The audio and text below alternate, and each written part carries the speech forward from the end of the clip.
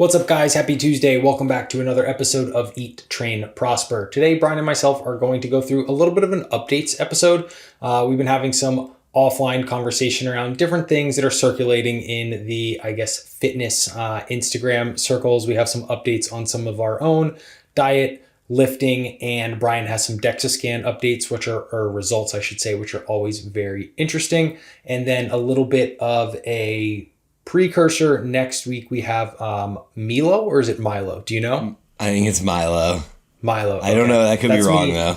Yeah, I have no idea. So that's me spending time in other countries where they pronounce I's drastically different. And now I don't know what to do when it pops up. So we believe Milo Wolf coming on the podcast. He's a very, very interesting human being who's doing some really cool research on lifting weights. So we're going to have him next week to talk about these things. But before we have that, Bryan, kick us off with some updates, my friend. Yeah. So Milo is doing his PhD in range of motion for hypertrophy, which is pretty much like the thing that we've been the most obsessed with over the last year or so on this show, talking about, those lengthened partials and all that stuff. So Milo is going to be a great guy for us to bring on and be able to discuss a lot of that stuff that's been on our mind and ask him some very interesting questions, such as, do we even do the short position at all? And that's I think the larger issue of this whole thing is, like, are we potentially eventually going to reach a point where research can confidently say that, hey, there isn't this benefit that we think there is. There isn't a distinct benefit to going short, so just do everything long type thing. And then obviously we're going to try to poke holes in that and talk about some of the points that Cass discussed when we had him on to discuss a similar topic. So one of the best things I think about bringing Milo on is that he's much more on one side of the spectrum, kind of like Chester Soko, who we've brought up before, where he's like very much on the side of, hey, all muscles respond to stretch mediated hypertrophy. Training the length and position is the most important. In fact, there are benefits to training lengthen that even overlap with the short benefits. So we can dive into a little bit more of that because I have a couple additional points on that as we get going in this episode. But as far as things personally with me, I left for a wedding in the Tahoe area this past weekend and was there Thursday to Sunday. Totally didn't train at all. Planned it that way. Basically, in my mesocycle, I had finished week 5. Really tough week. A lot of lengthened partials, reverse drop sets, things like that. And in my group, I programmed a deload week, which was basically a frequency deload where you basically are working out 3 sessions in a week instead of the normal 5. So essentially that will facilitate recovery. It's my favorite way to kind of deload when you're not changing anything afterwards. So you basically are just going to get some recovery by training less, a little bit less volume, but the intensity doesn't really change too much. You're still doing a lot of the things that you were doing before this, pseudo deload week. And then just because you've trained less and done slightly less volume, you usually will come back and be able to get another 3 to 4 weeks of good progression out of it instead of having to basically deload, start back over, rebuild back up. And then it's like another 5 or 6 weeks before you're right back where you are again. So this is one of my kind of cool little tricky ways to just keep progression going a little bit longer. So it turns this mesocycle from a 5-week into like a 9-week mesocycle before, a more proper deload. So for my program, that's how I programmed it for people. But for me, I just basically took the time off. I was like, I'm going on vacation. I'm not going to train at all. And so I didn't train Thursday, Friday, Saturday, or Sunday. I would say there's a mix of recovery that took place during that time and probably anti-recovery. And what I mean by that is a few things. Let's talk about this. So it was a wedding. It was a fun crew. They like to party and have a good time. And we were at this really, really cool a venue called the Chalet View Lodge. And it had everything on site that you could want. Like it had a 9-hole pitch and putt. It had a couple different bonfires. It had a lobby with a bunch of snacks, but all the snacks were like, chocolate covered raisins and pretzels and like protein bars and stuff like that. Chips, whatever, Doritos. And then there was a brewery on site, but the brewery only served beer and pizza. And so there just wasn't like really any food to eat aside from what was supplied by the wedding party. So there would be like these specific times where we could eat. It would be usually dinner. Like really dinner was the only meal that was served. And other than that, you were kind of on your own to go figure out like what to eat. Well, we didn't have a car. We shuttled there from the airport. So for us to try to leave this very secluded lodge area and go get food, we had to like go grab other people and be like, hey, are you guys going out? Can we hop a ride? Or there just wasn't a lot of options. So I found myself in the morning basically having a whey protein shake that I brought, or like a Quest bar or something. And then oftentimes we wouldn't even make it out for lunch, and I would more or less just fast or drink beer. And then dinner would come, and dinner was mostly okay. 2 of the 3 nights dinner was fulfilling. One of the 2 nights they brought in a food truck that served tri-tip. So of course I was excited. I was like, yes, food truck, tri-tip, right? Wait in this long ass line, get to the front. And I'm like, hey, I need double or triple tri-tip. Whatever you're serving most people, I want like 3 times that much. And he looked at me and he's like, what? And I'm like, no, for real. Like, I'm really hungry. I need 3 times the amount of tri-tip, right? He didn't even give me double the amount of tri-tip. I got 1 serving of tri-tip, which was probably 4 ounces. And that was it. Like there was a side item that was like a macaroni salad, but like one of my least favorite things is cold macaroni salad. It's just awful. So I had 4 ounces of tri-tip, and then they brought out this massive dessert tray of like brownies and these like chocolate granola bars and whatever. And I was so hungry that I just ate about 12 of those because there was just no other food to eat. So like it was a mix of things like that where I was underfed calorically, or at least the quality of food, but probably made up for it in the amount of alcohol consumed. So I think I was around maintenance most of the time. But it's very ambiguous and certainly not the healthiest scenario, and definitely not one that facilitates, the type of recovery that I would have obviously wanted if I was optimizing my journey. But these are, I guess, the type of things that just kind of happen sometimes in life. And I planned for it the best I could. I brought whey and Quest bars and stuff, but there's only so much whey and Quest bars that one can eat. So sleep was also okay. Like a lot of people thought the sleep would be great because we were away from our kids, which was the first time we've been away from them in 5 years. So that was great. We had this beautiful room overlooking the whole lodge area. 2nd floor is incredible.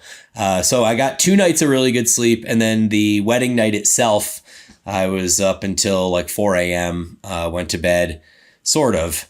Got out of bed at 7, but I don't actually think I slept 3 hours. And then went on with my day. So the last 2 days since that experience, I've been sleeping like 9.5 hours a night and still waking up tired, just trying to recover from that sleep debt that I was in. So we're here. It's Tuesday. I worked out yesterday, and I have some interesting updates, obviously about my Dexa and some other things. But since I've been talking for a long time, let's jump over to you and get some updates on your side. Yeah, I was laughing. I was obviously muted, but that food situation is my nightmare. And yeah, like when I have clients and stuff who have different things like that, I'm like, those are just really hard. I literally call those like the worst case scenarios where there's no food all day long, and then it's just like a dinner of take it or leave it, and you have to take it, and it's just you just end up eating 3,000 calories of just very non-optimal type stuff, but you're starving, and it's like Yeah, those are really, really rough. I honestly don't know what I would do in that scenario. I'd probably like grab an Uber to the grocery store or something like that. And Yeah, well, the I don't grocery even store know. literally, dude, is like 40 miles away or something. Yeah, There was a yeah, that's general rough. store. There was a general store maybe 20 minutes away. So Mhm. I did hitch a ride to the general store. But like the highest quality thing that you can get at this general store Beef is jerky. yeah, beef jerky or like, lean cuisine frozen dinners that you could microwave or something like that. So Yeah, I just said screw it. I was like, you know what? I don't even want that. So it was Quest bars yeah, and whey for me for the most part. yeah. That's rough. Yeah. So online, I have some really cool things. I had a revelation on Saturday. So I guess I should back up. On Friday, we went down to a part of Bali called Uluwatu. Some friends that we had made the last time we were here that we just like by chance ran into on the side of the road a couple months ago. Were like, hey, we're opening a CrossFit gym down in Uluwatu. And we were like, oh, cool. And we were just talking. And then they invited us to like the grand opening. This was a like a phenomenally built gym. It's like a like Tulum style vibes kind of gym, but like in Bali, few minutes away from the beach, like beautiful facility, really, really cool. So we went down there and they were having like a big partner WOD. And I was like, okay, like I'm not gonna like not participate in this. So like Jenny and I were on a team with two other people. And I like immediately, so I took my first like CrossFit class, first CrossFit WOD in over 3 years. And I immediately remembered why I didn't want to do that, just train like that anymore.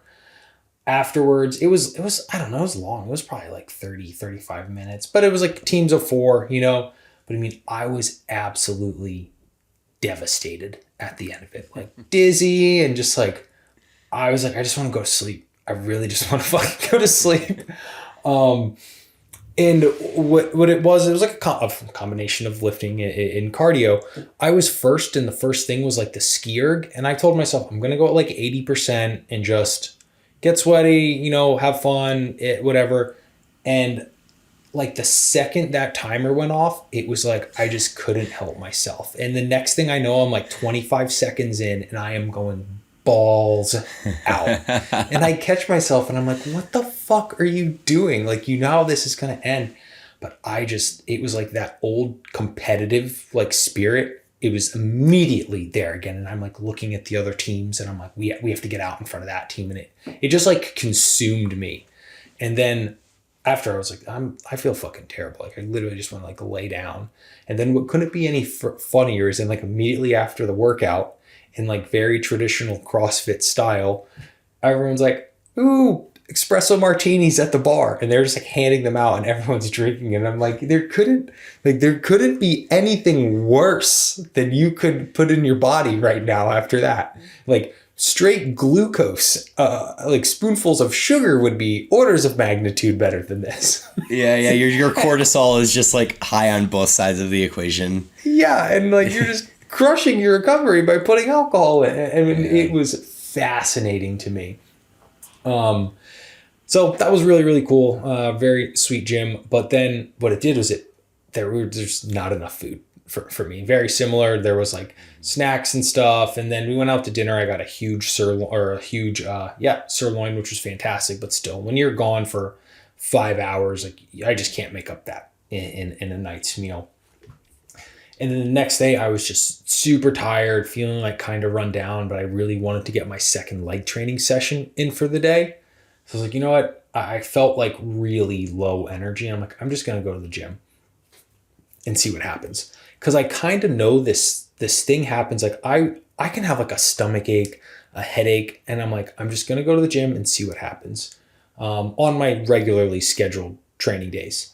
And I warm up, I get moving, and about like 20 minutes in, I've realized like I feel perfectly fine. I don't know if it's like the cortisol thing that kind of spikes and then that suppresses these other things, but it'll hit me and I'm like, I feel perfectly fucking fine right now. And an hour ago, I felt like dog shit and was like, I can't go to the gym because I have zero energy. And now it's like a routine day and I'm progressing my lifts, which is like fascinating to me. So on Saturday, I go in, it's my hardest day of the week. It's a lower body session, leg press, leg extensions, seated leg curls, and like reverse reverse deficit lunges in the Smith machine for glutes. And I've been like eyeing 180 kilos on the leg press for my like final set of 10.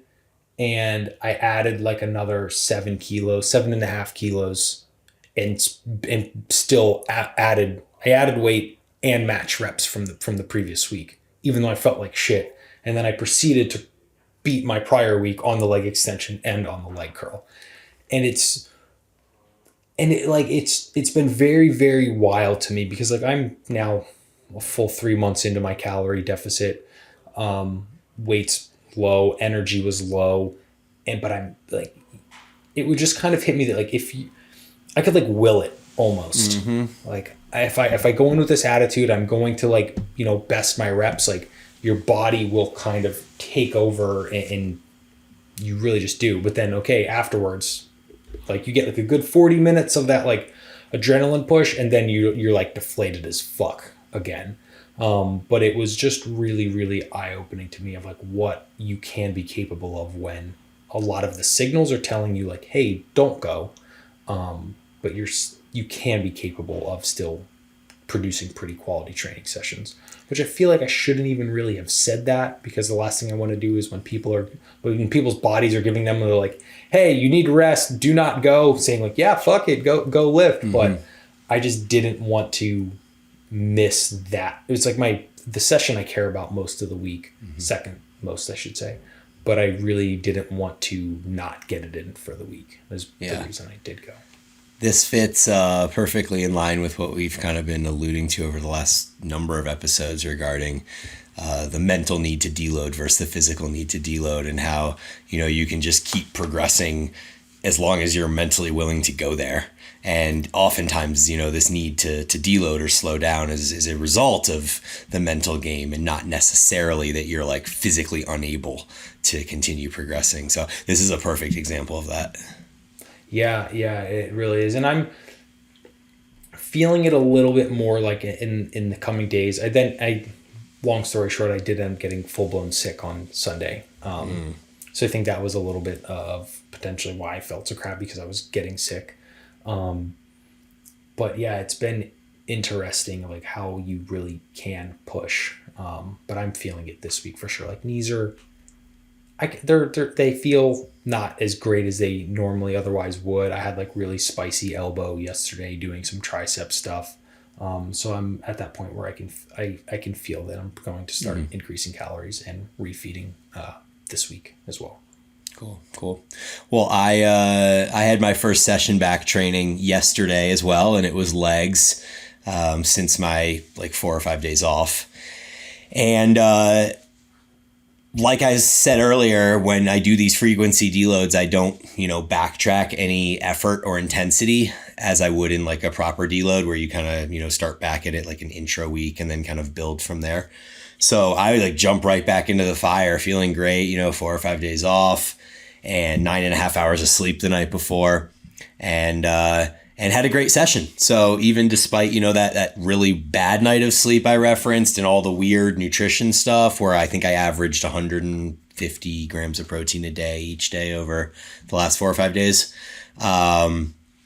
Yesterday was a great session. I matched or PR'd basically all of my leg extension, leg curl stuff, for this cycle, an RDL PR with a 2-second pause at the bottom, 365 for 6. So that's a new way I'm implementing the RDLs, with the 2-second pause at the bottom, just as a way to keep me accountable and keep loads a little bit lower.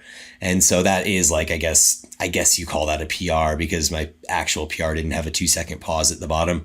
So that was super cool. And then I went on to pendulum, and this is the thing I really wanted to talk about, because for so long, maybe even now at this point, a year and a half or two, I've been unable to successfully band a pendulum the way that Cass recommends banding it, which is that your band would have slack or be loose when you're at the top of the rep. So as your joints are stacked and you're just kind of standing there should be no band tension at all. And then as you get down to the bottom of the rep, the band obviously expands a little bit, but not so much that it kind of like slingshots you out of the bottom and takes away tension from the most critical point. And so always what I'd been doing with my bands is I'd been taking the band and kind of wrapping it one loop in each hand around the bottom and then connecting those to the arm. And in that way, it was hard for me to even get the band onto the arm. So there was already so much tension on it at that stacked position. And I don't know why I never thought of this before, but just yesterday it hit me and I was like, well, instead of looping the band around one in each hand, what if I just looped the band around and then tied it through itself so it was just the one loop coming up, attaching to the arm? And that may or may not have made sense to the audience, but basically what I achieved in doing so was a band that had slack when my joints are stacked and then picked up a little bit of tension at the very bottom. And this definitely made it harder. So because the way I was banding it before was semi-slingshotting me out of the bottom, the hardest point of the lift was always, I mean, you don't really have a short position in the pendulum, but it would be like above parallel would be the point where the lift was hardest, slightly above parallel.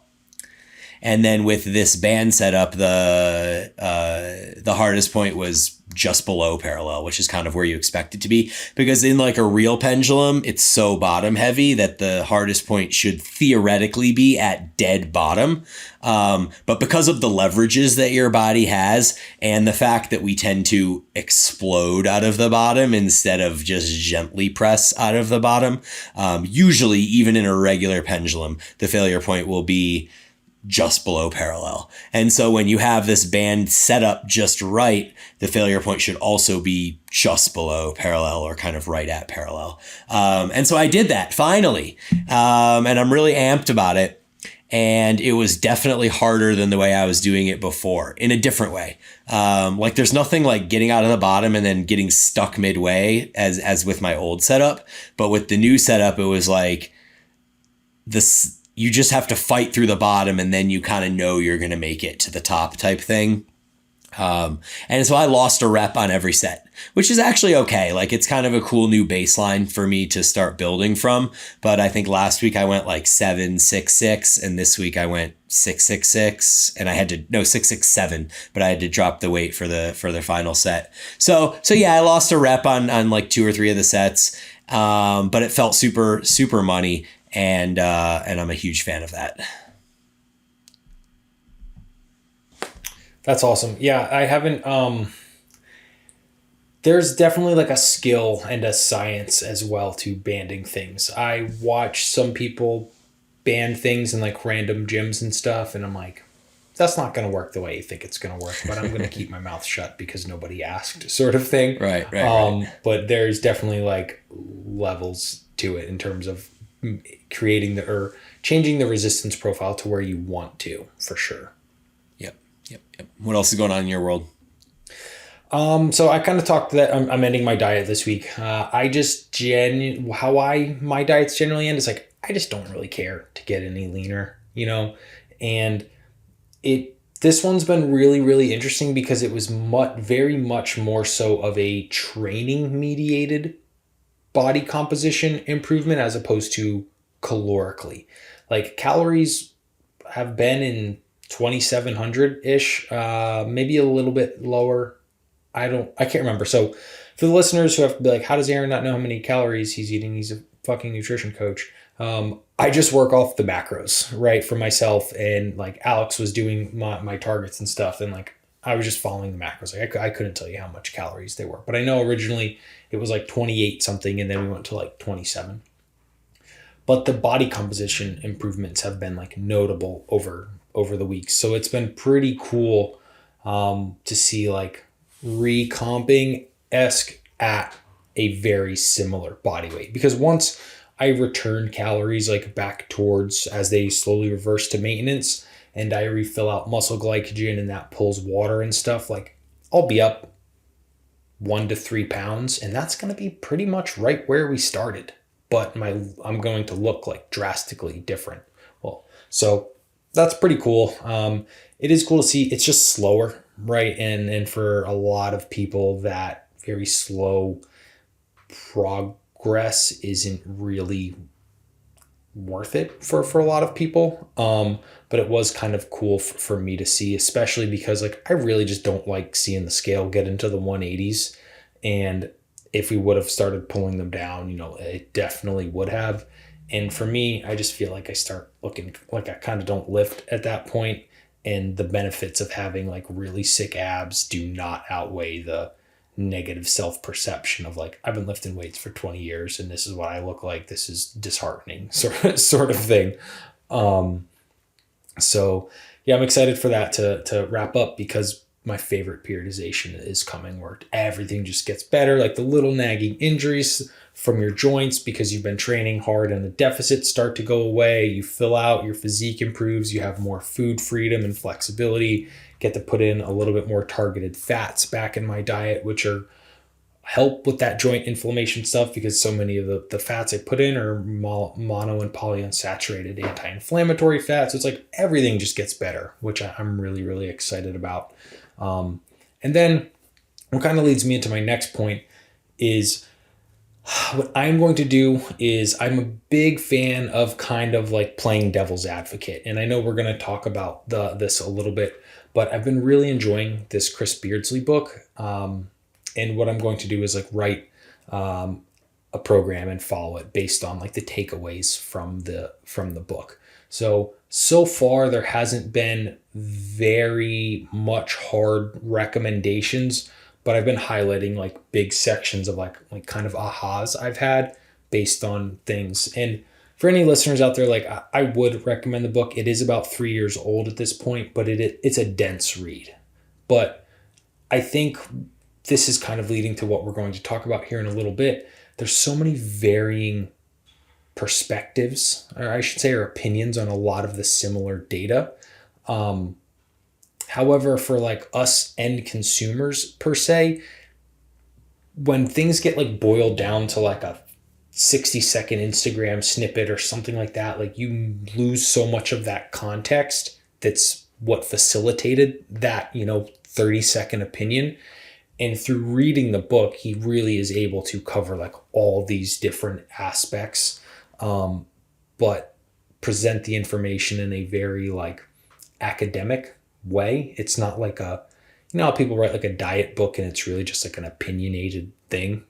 It's not like that. It reads much more almost like a textbook kind of, but in order to really grasp these concepts, I feel like that's ultimately what's necessary, or things get dumbed down to the point where they lose the context. And then we get these like good versus bad, or, things. What are some of the big things that you feel like are in that book that are drastically different than maybe the way you've been training for the last year? Some of the big things were like, so we have like the 3 mechanisms of hypertrophy, right? Mechanical tension, metabolic stress, and muscle damage. What Chris is basically saying in the book is muscle damage, any hypertrophic benefit from both muscle damage and metabolic stress are literally just byproducts of mechanical tension. So, and the interesting thing with the muscle damage is muscle damage, right? The muscle protein synthesis that occurs post muscle damaging workouts, the amino acids that are, kind of put back together go to repairing the damaged muscle instead of to creating, adding new sarcomeres in the length or increasing the diameter of the existing muscle fibers. So when you're like super, super sore, crushed post a workout, like your body is only rebuilding the muscle you previously had and just damaged, not adding new muscle, because you're wasting those resources on what you just damaged. So really like damaging workouts are, paraphrasing here, like less effective than the non as damaging workouts, because you're not like spending those resources to repair the damage. You can spend those resources to increase the size of the existing fibers. Mm-hmm. So that was like a big one there. And then One second. I wonder, just on that idea, I wonder if that potentially can lead to a subconscious underdosing of mechanical tension if you're potentially looking to avoid damage and you're like, I don't want to get sore, then maybe you're not actually creating enough mechanical tension to create progress. So there's got to be like a super fine line / gray area in there where you want to create enough mechanical tension that there is a small amount of muscle damage as a byproduct, or like, is you think the idea is really to like tread that line and get to the point where you're creating the maximum amount of mechanical tension that you can without causing any muscle damage? It would be incredibly subjective and hard to discern that from a human in a gym sort of thing. But I'm taking it more so as like, I know personally I was one of those people who was like, if I'm not sore post training, it means like I like didn't go hard enough or do enough volume sort of thing. But we know that like certain movements are more muscle damaging than others. Think about like an RDL versus even a seated hamstring curl sort of thing. So we know things that are training the muscles at longer lengths can be more damaging just by nature of how the resistance curve and stuff is on them. Yep. So, and I think it's too with people who change modalities or there's novelty. Like I have a client right now we're starting a calorie deficit, or we are in a calorie deficit, and he's moving from powerlifting to hypertrophy training because our goal is really just to build a really sweet physique now. And he's like really crushed by these workouts. And I was like, hey, we need to pull back volume here, because if your legs are crushed for 4 days, like that's actually worse than what we want. Like pull volume down. And then as the novelty of these new workouts kind of wear off and you're adapting properly, we can work volume up. But we don't want to just bury you because we're in a deficit. So we know there's not going to be an adequate abundance of resources to facilitate the recovery here. And the name of the game in a deficit is maintaining the muscle mass you have. So in that context, like in excess of muscle damage is like kind of shooting yourself in the foot. Mm-hmm. Yeah, no, for sure. It's definitely just an ambiguous thing for somebody trying to implement this stuff, though. It's going to be a gray area where it's like a sweet spot to find, kind of, I would imagine. Yeah. And in regards to your client, you're like 100% right. Like it's something Mike Israetel would say, but if you can get those easy gains with lower volume and further from failure, then save more volume and closer to failure for when you need it, use it as a progression mechanism or whatever. Cool. Anything else that stands out as far as things when you're writing a program that would resemble what you're reading in the book versus the way you've been training the last year? What I will do with this program is it's going to be lower volume, higher intensity. I'll probably only do 2 working sets for everything and take those 2 working sets to the house for sure. Because like let's say like right now I'll have like 4 sets, but I know I'm like, well, this first set of 12, like I can't push it that hard or I'm never going to make any, that my fourth set, which is a set of 10, like I'm going to be fucking destroyed if I push this 12 too hard. Yep. So and that's something that I know that statement right there is incredibly common. Like, oh wow, I have 4 sets here. I can't come out of the gate, balls to the wall on set 1.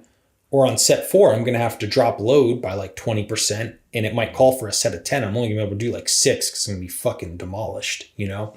So instead, that's very, very common. Like that, what I just said for your lifters. So what I'm going to do, 2 sets, I'm going to work with like 3 to 5 minutes rest, depending. So increase that rest because I'm only taking 2 sets, and those 2 sets are going to be like really, I'm going to like swing for the fences on them and make sure they are both like 1 RIR. But because I'll warm up well and I'm not doing as much unnecessary feeder sets, like for example, on the hack squat today, I finally hit my 10 reps at 165 kilos on my final set. If I only had 2 sets and I just warm up with like feeders of 6 and then like a 4 going into it, I bet today I could probably could have probably done another 10 kilos for a set of 10 because I'm not you know, doing these things to like a 5 RIR to hit my 4 sets sort of thing. Mm-hmm. No, totally, dude. What you're saying, at least that initial statement about the number of sets being closer to failure, stuff like that, that is how I train. Like I literally, you're talking to me about like staying in the lower rep ranges, which I know is another thing that Chris Beardsley and Paul are both very big on, is that, hey, the 5 to 8 rep range is where you should be, because anything above that, there's the fatigue component, and anything below that, you're not getting the hypertrophic stimulus.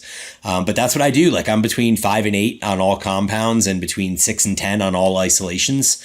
And I take really long rest periods, and I do 2 sets for everything. And it's weird how I've kind of naturally gravitated toward that. And now I'm intrigued because that is, at this point, my bias. And now you have this book that you're reading that seems to validate my bias. So I might have to check that out. Yeah, it's a good read. It's, like I said, it is for someone who's been lifting weights like 20 years, I never actually learned like the bare bones of how it works, and it's been really cool. But again, it's dense, and I feel pretty dumb, and I'll reread sections, and like I have to be on, like I have to keep my brain in it, or it's way over my head and I have to reread it again for sure. Yeah.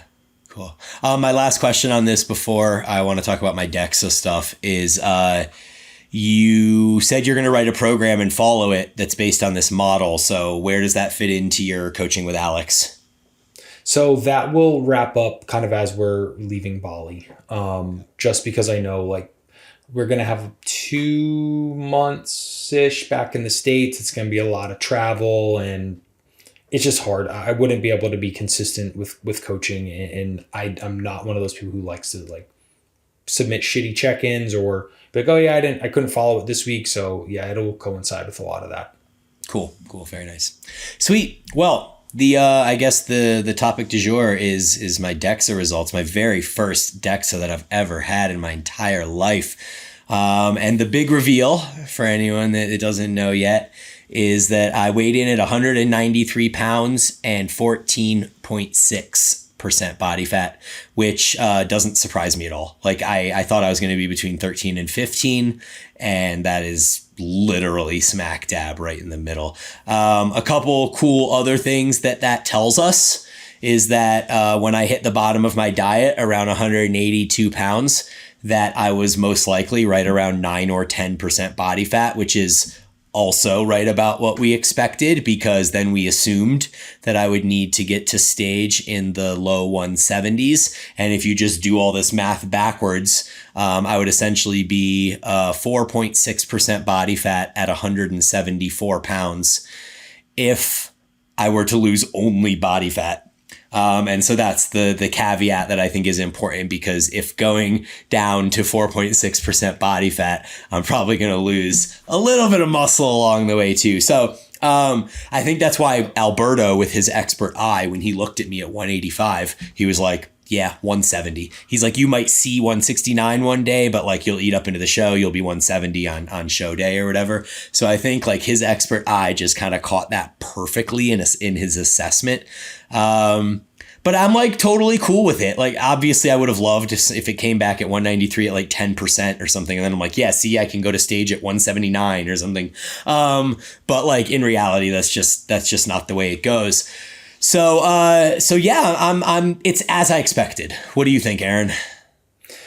Well, I know for the Dexas are really, really rough, because people, especially in the ab in midsection, people hold their body fat like proportions differently. So for example, that same powerlifting client I was just talking about, when you are squatting a lot of heavy ass weight and you can deadlift a lot of heavy ass weight, you get a pretty jacked core, and in his check-in photos, like his abs they're large, they're pronounced, and he's probably sitting at 16% body fat.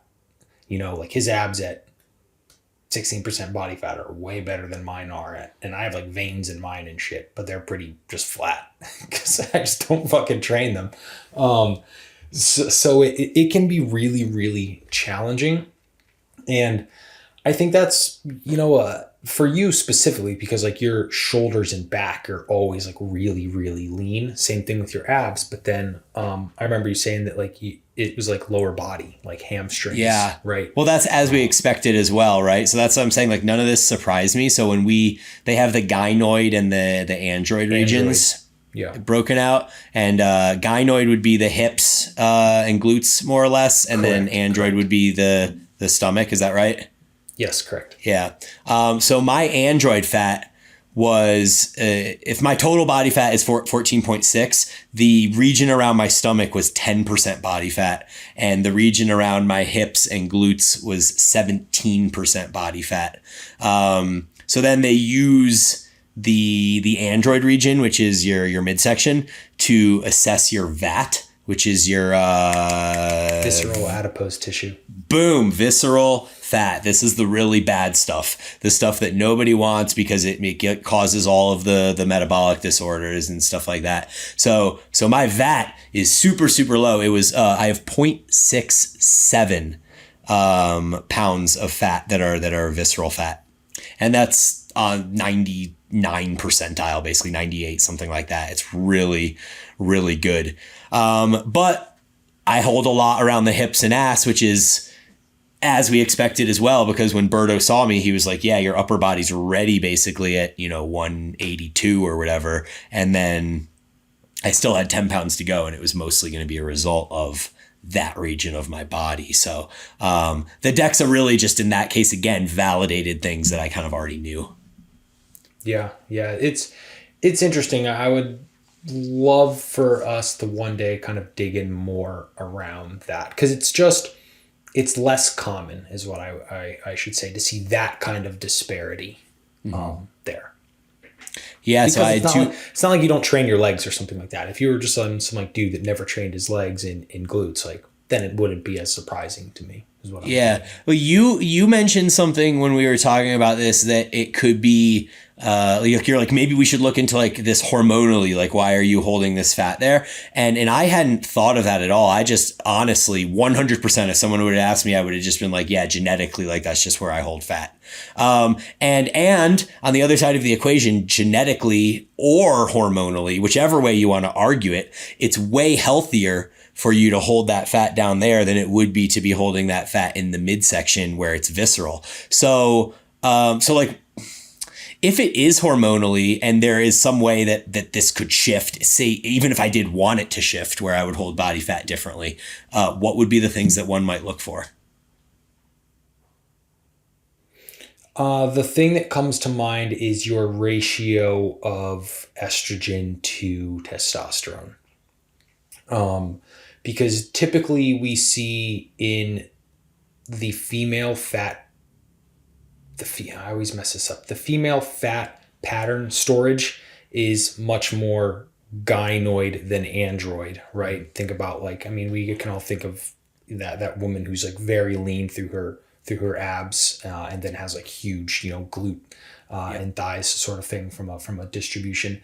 And then men are generally the complete opposite, right? We'll have really lean legs or skinny legs, and then someone will have like a gut and, like skinny fat is like the definition there. So it's just that distribution is generally more common. It's more what you will see on average.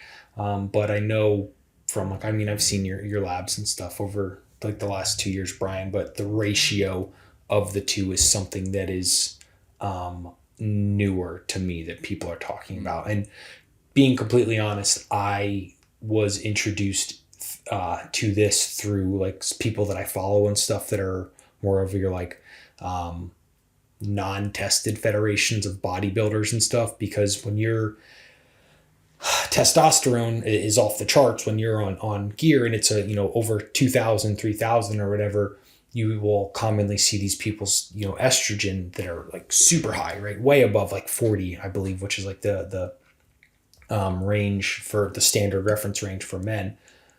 But that is where I was introduced into this. Like, no, it's way over, but it's also because testosterone is in the 3,000s instead of the like 400, 500, 600, as opposed like for a normal non exogenous testosterone male. Interesting. I'll have to look back at my blood work and see what that ratio is. But I really I see this very commonly among like elite level bodybuilders where they're like, yep, I'm there. But, the glutes and hams, they still have another like 10 pounds to go. Like Nunez says that, and Brian Miner says that, and Steve Hall, and like all these guys that I follow are all basically just like, yep, glutes and hams are the last thing to go type thing. So yeah, that's interesting. And I wonder if that's a factor of what happens to your testosterone as you get deeper into these contest prep stages too. Probably. Yeah, I would bet. Because I know it's obviously, although I would imagine that hormones in general, of the sex hormones that would be affected across the board in terms of their negative adaptations. Mm-hmm. Yeah. So I guess the other things that are interesting about the Dexa results are that I have 3% higher body fat and 1 pound less muscle on my left leg than I do compared to my right leg. So my right leg was 15% body fat and my left leg was 18% body fat. And I had, like I said, 1 extra pound of muscle on my right leg as well. So I like that one kind of made my mind explode because, we all do this thing where we look at ourselves sometimes in the shower or the mirror or whatever. And I always look at my left hamstring and I'm like, why is my left hamstring so much better than my right? And yet my left leg is the one that has more fat on it and less muscle. So it's just, it just blows my mind. And I don't quite understand how that's the case. But I do have one possible theory, and it involves what I mentioned last episode regarding the meniscus tear on my left knee from, number 6 years ago or whatever. So I just spoke to my orthopedic surgeon yesterday regarding next steps of the whole thing. And I think I mentioned that I had also a small tear in my quad. Did I say that on the show? Mm-hmm. Yeah. So on the call, I was kind of telling him that since my plantar fascial injury on my right foot has to this point gotten to a point where I can walk normal now. I'm not limping anymore. Magically, my left knee feels like 99% better. So I was like, now that I'm not compensating anymore by using that left leg, it seems as if this meniscus injury isn't really bothering me a ton anymore. And so his recommendation was not to touch the meniscus until it's actually bothering me. Because he said the chances of what they're going to do, being positive versus being negative or having no effect, he said, are about 50-50. And so unless it's bothering me, he's like, I don't think we even go in and mess with it at all. So then I kind of asked about the quad thing. And so the imagery said it was just a minor quad tear. But it didn't specifically state what part of the quad. So in my mind, I'm thinking, well, the pain where it exists, if I were to identify like a region where there is a little bit of pain, is certainly in the bottom of my VMO, like right kind of where it attaches to the medial part of the knee. And so I asked him where the tear was, and he goes, yep, inner, lower, medial portion of the quad. And I was like, okay, so the bottom of the VMO. And he was like, yeah, exactly. So I pretty much like nailed that one. And the only time that I feel that is like in deep knee flexion at the bottom of a squat, or if you're going down to do like the Kelly Starrett, like sit in the squat chair type thing, I feel a pulling over there that I didn't used to feel. And, so what we're going to do is go in and shoot that quad, that lower VMO up with PRP. And then he said that because of where its proximity is in relation to the meniscus, he thinks he can get a little PRP into that meniscus area as well. So potentially I could avoid the surgery completely for the meniscus. And then the PRP recovery is still not like, I can't like go back to squatting the next day. He basically said, days. Well, he said, of a week where you can't do any leg work at all. And then the next week you can do knee extension, but you can't squat. And then by week 3, you can begin to gradually introduce lightweight, like body weight squats and things like that. So it's still a number of a couple of weeks off of like proper leg training. I would say he said about 4 weeks before I'm actually like back to doing leg training the way I was doing it beforehand. Oh, okay. But either way, the point of that story, to update you guys, was also to say that this may have something to do with that disparity in fat and muscle tissue in my left leg. Is that if I really have this damage there where my quad is torn, that's essentially muscle that's missing. And then the meniscus thing could be causing some issue around the knee as well there. So I don't experience any weakness in my left leg. Like in some ways, the left leg actually is stronger, but I know that there's strong compensatory mechanisms that take place within our body where it's like, oh, well, if you're not going to produce force like this, then we're going to use more of your adductor or your like glute max or glute med or whatever it is to help us accomplish this task. So, so I think that partially explains it. But I found that whole disparity between the leg thing to be quite interesting. That large is interesting for sure. Like there's going to be disparity between all of your limbs. Like I have that. My right arm is considerably larger than my left, which I've kind of known even though I'm left-handed, but like both my right bicep and tricep are significantly stronger when I'm doing unilateral stuff. But that one was that size difference was enough where I was like, that is interesting for sure. Yeah. And then on my arms, it's half of that. So my left arm has like 1 or 1.5 pounds more fat and has half a pound less muscle than my right arm. But that again kind of fits more at least in line with what I would expect. Although considering it's a smaller area of muscle compared to the leg, it might actually be the exact same. And maybe I'm just super right side dominant. But I either way, I just think it's interesting, and maybe I'll do an experiment, and once my PRP's in my quad and stuff, maybe I'll do like extra volume on my left arm and left leg for a year, just like one extra set here and there, and then go back and do another Dexa and see what happens. Just, for science, of course. Yeah. I love the Dexas. I think if I was in a place where I could get them regularly, I would go every 6 months pretty much, right? Like peak gaining, end of diets. And they're relatively inexpensive, like about like $60 to $80 a pop. Mine was $408 for 2 of them. $408 for a 2-pack. Yeah. Where did you go? Didn't I send you a place in Boulder? This is the only place in Boulder that does them. It's at the Boulder Medical Center, and you have to sign up through a company called Fitness City. Fitness City, I think that was the one that I sent you. Yeah, and it's $279 for 1 or $408 for 2, so I just bought 2. God damn. Yeah, I know. But you can go to Denver. Like, I think what you told me is like you can pay more and go to Boulder here, or you found a bunch in Denver that were like half the price or something. Yeah. But for the convenience and where my life is right now, like I'm not going to drive to Denver for a Dexa scan.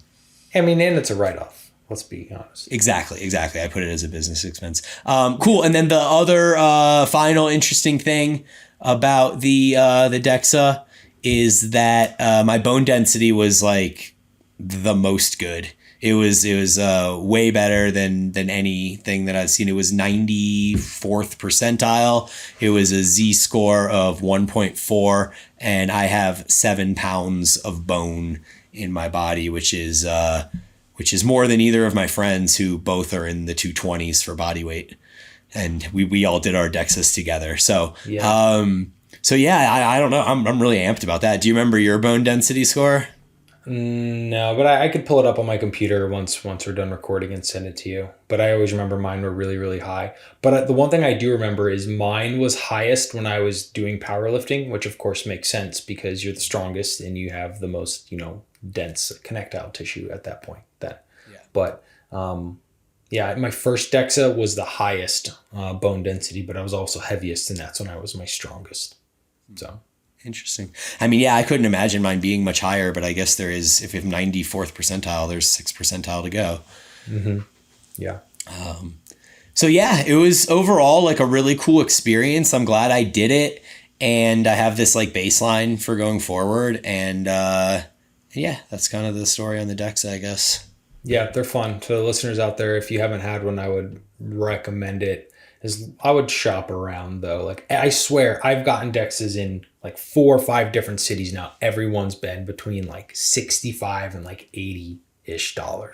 But then like I have clients where they're like, like one had to go to Ohio State to get it done, and it was like a super janky report and stuff. So I guess maybe it's going to be better in your like larger cities sort of thing, or maybe there's just more competition and that drives the price down, or however that works in, economics or whatever. Yep, for sure. Cool. Well, the last thing I was going to talk about is kind of some more of the conflicting stuff that we see out there between these like experts in the field, but I think we touched on most of that with the Chris Beardsley stuff, and we have Milo coming on next week where we can delve a bit more into some of this. But just to kind of tease that a little bit, there is a new post from our boy Chester Soko, who we've been talking about interestingly for the last few episodes, as he's very dogmatic on the side of lengthened overload everything. And so he just put out another one of his super polarizing posts, basically saying the internet gurus don't know anything. Like every muscle responds to stretch mediated hypertrophy, including the arms. So any Instagram guru telling you that the arms don't respond to lengthened musculature, I say maybe you should actually go get a real degree, or something along those lines. And it was just like the biggest call out on Paul Carter and all the stuff he's been putting out. So I just find it all very interesting, and I'm excited to get Milo on and have a discussion with one person that definitely sits on the more lengthened overload side of the spectrum, but hopefully he can help provide some of the science behind some of this and give us some insight. Yeah, I think it'll be really, really interesting. The one thing I remember from Chester's post is that the studies that were commonly referenced didn't actually fully stretch the biceps or the triceps, in that there's like the active tension portion. In that was where wasn't considered in that. So again, speaking kind of over my head in what I can recall accurately, but interesting nonetheless, especially where I would say I find it most interesting are that like, why would some muscle groups respond better at lengthened and then others wouldn't? The one thing that I did hear very briefly as I joined Paul Carter and Chris's webinar this past Saturday was that some muscles have better leverage in the fully lengthened or stretched position, and that is why they would respond better versus others. I'm sure there will be more information over the coming, hopefully months and not years, as to potentially why or why not that may or may not be the case. Yep, for sure. That's all I got for today, man. Well said. Cool. All right, same. So next week, guys, we have Mr. Milo Wolf on. Will be a fascinating conversation that both Bryan and I are next week.